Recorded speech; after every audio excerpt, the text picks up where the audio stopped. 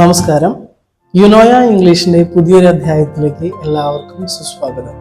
എൻ്റെ പേര് ജിയോ ജോയ്. ഇന്ന് നമ്മളോട് പഠിക്കാനായിട്ട് പോകുന്നത് ഇംഗ്ലീഷിൽ ആർട്ടിക്കിൾസ് എന്ന് വിളിക്കുന്ന കുറച്ച് വാക്കുകളെ പറ്റിയിട്ടാണ്. ഇംഗ്ലീഷിൽ ആർട്ടിക്കിൾസ് നമ്മൾ ഉപയോഗിക്കുന്നത് വാക്കുകൾക്ക് ഒരു എന്നൊരർത്ഥം നൽകാനാണ്.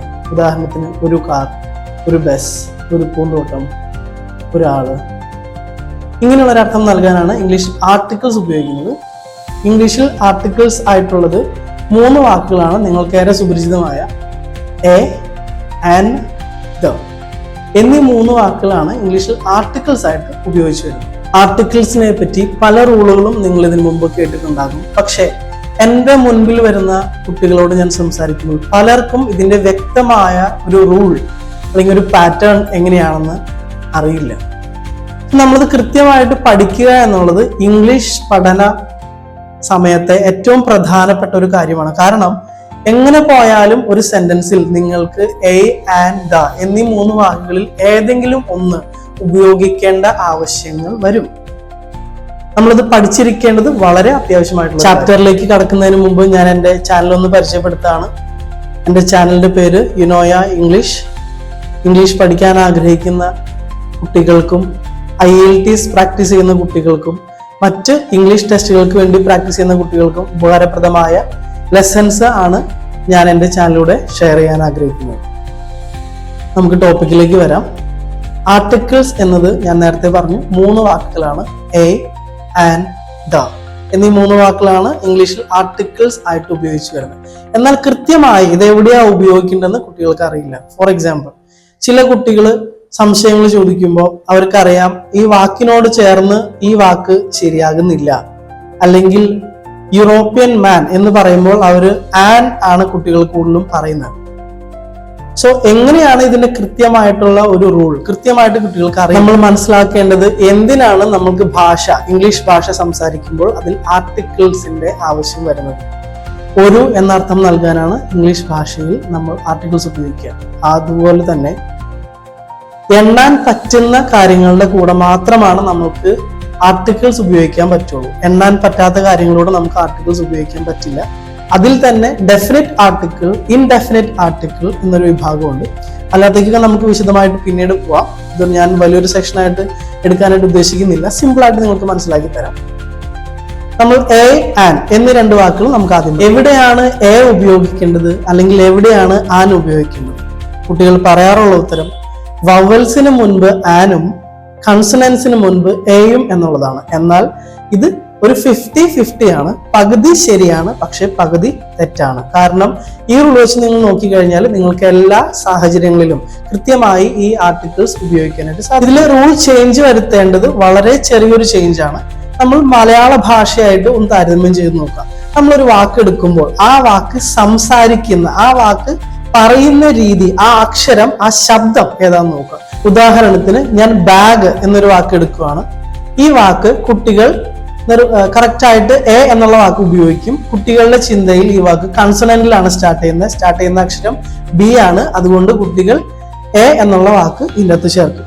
നേരെ മറിച്ച് അംബ്രല്ല എന്ന വാക്ക് പറയുമ്പോൾ കുട്ടികൾ ഉപയോഗിക്കുന്ന ആൻ ആണ്. കാരണം അംബ്രല്ല യു ആണ് വാക്ക് സ്റ്റാർട്ട് ചെയ്യുന്നത്, അത് വവലാണ്.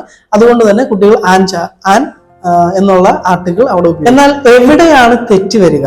യൂറോപ്യൻ മാൻ എന്നൊരു വാക്ക് ഞാൻ പറയുമ്പോൾ നിങ്ങൾ ചിലപ്പോൾ അവിടെ ആൻ ചേർക്കുമായിരിക്കാം. കാരണം ഈ യു എന്നുള്ള 2 വവൽസ് ആണ് അതിന്റെ ആദ്യം തന്നെ കിടക്കുന്നത്. സോ കുട്ടികൾ കൂടുതലും ആൻ ചേർക്കാനുള്ള ഒരു പ്രവണത കാണുന്നുണ്ട്. ഇത് കൃത്യമായിട്ടുള്ള റൂൾ അറിയാത്തതുകൊണ്ടാണ്. സോ അതിന്റെ റൂൾ ഇത്രയേ ഉള്ളൂ. നമ്മളൊരു വാക്ക് കേൾക്കുമ്പോൾ അല്ലെങ്കിൽ ആ വാക്ക് സംസാരിക്കുമ്പോൾ നമ്മൾ ആദ്യം പറയുന്ന ശബ്ദമാണ് നോക്കേണ്ടത്, അക്ഷരമല്ല. അതിനൊരു എളുപ്പ വഴി നമ്മുടെ മലയാള ഭാഷ തന്നെയാണ്. മലയാളത്തിലെ സ്വരാക്ഷരങ്ങളും വ്യഞ്ജനാക്ഷരം എന്താണ്, ഏതൊക്കെയാണെന്ന് നിങ്ങൾക്ക് എല്ലാവർക്കും അറിയുമെന്ന് ഞാൻ വിചാരിക്കുന്നു. മലയാളത്തിലെ സ്വരാക്ഷരങ്ങളാണ് നിങ്ങൾ പറയുന്ന വാക്കിന്റെ ആദ്യം ഉള്ള ശബ്ദമെങ്കിൽ നിങ്ങൾ അവിടെ ആൻ എന്നുള്ള വാക്ക് ചേർക്കും. ഇവിടെ യൂറോപ്യൻ മാൻ എന്നുള്ള പേരിൽ ആദ്യമായിട്ട് കിടക്കുന്ന അക്ഷരങ്ങൾ ഇ, യു എന്നുള്ള 2 അക്ഷരങ്ങളാണ്. എന്നാൽ മലയാള സ്വരാക്ഷരങ്ങളിൽ ആ അക്ഷരം വരുന്നില്ല. യു, യ എന്നുള്ള അക്ഷരമാണ് അവിടെ ആദ്യമായി നമ്മൾ പ്രനൗൺസ് ചെയ്യുന്ന അക്ഷരം. അത് വരുന്നത് മലയാളത്തിലെ വ്യഞ്ജനാക്ഷരങ്ങളിലാണ്. അതുകൊണ്ട് നമ്മൾ അവിടെ ആൻ എന്നുള്ളതിന് പകരം എ ആണ് ചേർക്കേണ്ടത്. അതുപോലെ തന്നെ ഇംഗ്ലീഷ് വവ്വൽ അക്ഷരങ്ങളിൽ സ്റ്റാർട്ട് ചെയ്യുകയും എന്നാൽ വ്യഞ്ജനാക്ഷരത്തിൽ ശബ്ദം വരികയും ചെയ്യുന്ന വാക്കുകളുണ്ട്. അതിലൊന്നാണ് യൂറോപ്യൻ മാൻ ഞാൻ പറഞ്ഞത്. അതുപോലെ തന്നെ യൂണിഫോം, യു ആണ് ആദ്യം, ഇംഗ്ലീഷിലെ വവ്വൽ അക്ഷരമാണ് ആദ്യം വന്നിരിക്കുന്നത്. നേരെ മറിച്ച് ശബ്ദം സ്വരാക്ഷരമല്ല, വ്യഞ്ജനാക്ഷരമാണ്. യു തന്നെയാണ് അവിടെയും സ്റ്റാർട്ട് ചെയ്തിരിക്കുന്നത്. അതുകൊണ്ട് നിങ്ങൾ അവിടെ എ യൂണിഫോം ഷർട്ട് എന്നാണ് ചേർക്കേണ്ടത്, അല്ലെങ്കിൽ എ യൂറോപ്യൻ മാൻ എന്നാണ് പറയുന്നത്. നേരെ തിരിച്ചും ഇംഗ്ലീഷിലെ കൺസണന്റ് ലെറ്റേഴ്സിൽ സ്റ്റാർട്ട് ചെയ്യുന്നതും എന്നാൽ മലയാളത്തിലെ സ്വരാക്ഷരങ്ങളിൽ വരുന്നതുമായിട്ടുള്ള വാക്കുകളുണ്ട്. For example, M shaped room, M shaped room. ഈ വാക്കിൽ നിങ്ങൾ കാണാം ആദ്യം കിടക്കുന്നത് എം എന്നുള്ള ഇംഗ്ലീഷിലെ കൺസണന്റ് ആണ്, എം. സോ കുട്ടികൾക്ക് എ എന്നുള്ള അക്ഷരം ചേർക്കണമെന്നുള്ള ഒരു ത്വര ഉണ്ടാകും. പക്ഷെ നമ്മൾ അവിടെ അല്ല, അതല്ല ചേർക്കുക. എം എന്ന് പറയുമ്പോൾ നമ്മൾ ആദ്യം സൗണ്ട് ചെയ്യുന്നത് എ ആണ്. എം എം എ ആണ് സൗണ്ട്. സോ എ ശബ്ദമാണ് നമ്മൾക്ക് വരുന്നതെങ്കിൽ നമ്മളവിടെ ചേർക്കേണ്ടത് ആൻ ആണ്. ആൻ എം ഷേപ്ഡ് റൂം എന്നാണ് അത് വായിക്കുക. നിങ്ങൾക്ക് റൂൾ വ്യക്തമായി പിടിയിട്ട് കാണുമെന്ന് ഞാൻ വിചാരിക്കുന്നു. ചുരുക്കത്തിൽ ഒരു വാക്ക് സ്റ്റാർട്ട് ചെയ്യുന്ന അക്ഷരത്തെ കൂടാതെ അതിന്റെ ശബ്ദമാണ് ഏറ്റവും കൂടുതൽ ആർട്ടിക്കിൾസ് ഉപയോഗിക്കുന്നതിൽ പ്രചോദനമാകുന്നത്. അക്ഷരങ്ങളല്ല നമ്മൾ നോക്കുന്നത്, ആ വാക്ക് പ്രൊനൗൺസ് ചെയ്യുമ്പോൾ ഏത് ശബ്ദമാണ് പുറത്തേക്ക് വരുന്നത് എന്ന് നോക്കിയിട്ടാണ്. ഞാൻ ഇനി കുറച്ച് എക്സാമ്പിൾസ് തരാം, നിങ്ങളൊന്ന് ട്രൈ ചെയ്ത് നോക്കിയോളൂ. ബാഗ്, എന്താണ് ചേർക്കുക? ബാഗ്, എ ആണ് ചേർക്കുക. പെൻ, PEN, പെൻ, എ ആണ് ചേർക്കുക. നിങ്ങൾ ശരിയാണ്. കാർ, CAR, കാർ, എ ആണ് ചേർക്കുക. ശരിയാണ്. മൊബൈൽ, MOBILE, മൊബൈൽ, എ ആണ് ചേർക്കുക. അടുത്തൊരു എക്സാമ്പിൾ, ഇങ്ക് ബോട്ടിൽ, INKBOTTLE, ഇങ്ക് ബോട്ടിൽ, ശരിയാണ്. ആനാണ് ചേർക്കേണ്ടത്. അംബ്രല്ല, UMBRELLA, അംബ്രല്ല, ശരിയാണ്. ആനാണ് ചേർക്കേണ്ടത്. അവർ, HOUR, മണിക്കൂർ എന്ന് കാണിക്കുന്ന അവർ. ഒന്ന് ആലോചിച്ച് നോക്കി, എന്താ ചേർക്കുക? ശരിയാണ്, ആനാണ് ചേർക്കേണ്ടത്. H ആണ് ആദ്യം സ്റ്റാർട്ട് ചെയ്യുന്ന അക്ഷരമെങ്കിൽ പോലും നമ്മൾ സൗണ്ട് ചെയ്യുന്നത് ആ എന്നാണ്, അവർ. അങ്ങനെ ആയതുകൊണ്ട് സ്വരാക്ഷര ശബ്ദമാണ് അതിന്റെ ആദ്യമുള്ളത്. അതുകൊണ്ട് നമ്മൾ ആൻ ചേർത്തേ മതിയാകൂ.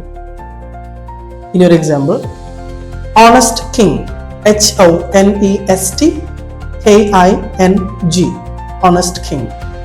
നേരത്തെ വന്നതുപോലെ തന്നെ H തന്നെയാണ് ഇവിടെയും സ്റ്റാർട്ട് ചെയ്യുന്നത്, കൺസണന്റ് ലെറ്റർ ആണ്. പക്ഷെ ശബ്ദം O എന്നാണ്, ഓണസ്റ്റ് കിങ്. നമ്മളവിടെ ആൻ ആണ് ചേർക്കേണ്ടത്.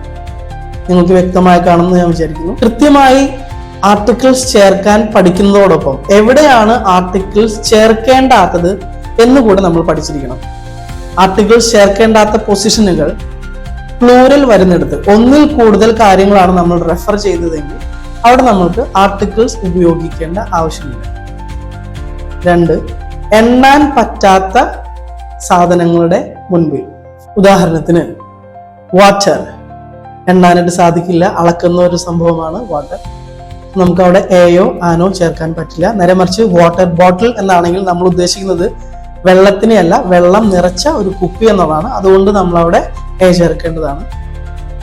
ഇനി പീപ്പിൾ, എണ്ണത്തിൽ കൂടുതലാണ്, ജനങ്ങൾ എന്നാണ് അതിന്റെ അർത്ഥം.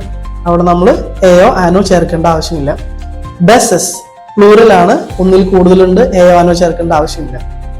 വിൻഡ്, കാറ്റ്, നമുക്ക് അളക്കാനാണ് പറ്റുള്ളൂ, എണ്ണാൻ പറ്റില്ല. ഒരു കാറ്റ്, 2 കാറ്റ്, അങ്ങനെ പറയാൻ പറ്റില്ല. അതുകൊണ്ട് എയും ആനും ചേർക്കേണ്ട ആവശ്യം ഇല്ല. എല്ലാവർക്കും ഇന്നത്തെ ക്ലാസ് മനസ്സിലായെന്ന് ഞാൻ വിചാരിക്കുകയാണ്. എന്തെങ്കിലും സംശയങ്ങൾ ഉണ്ടെങ്കിൽ എന്നെ കമന്റിലൂടെ എഴുതി അറിയിക്കുമെന്ന് ഞാൻ വിശ്വസിക്കുന്നു. ഞാനൊരു ചെറിയ എക്സസൈസ് തരാം, നിങ്ങളൊന്ന് ചെയ്ത് നോക്കൂ. ഉത്തരങ്ങൾ കമന്റിൽ എഴുതി അറിയിക്കണം കേട്ടോ. 1, വാട്ടർ ബോട്ടിൽ.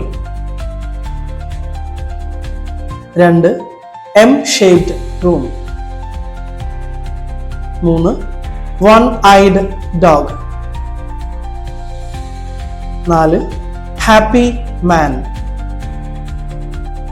5, 8 parrot cage. നിങ്ങൾക്കെല്ലാം എൻ്റെ ലെസൺ ഇഷ്ടമായി എന്ന് ഞാൻ വിശ്വസിക്കുന്നു, അല്ലെങ്കിൽ കൃത്യമായിട്ട് മനസ്സിലായി എന്ന് ഞാൻ വിചാരിക്കുന്നു.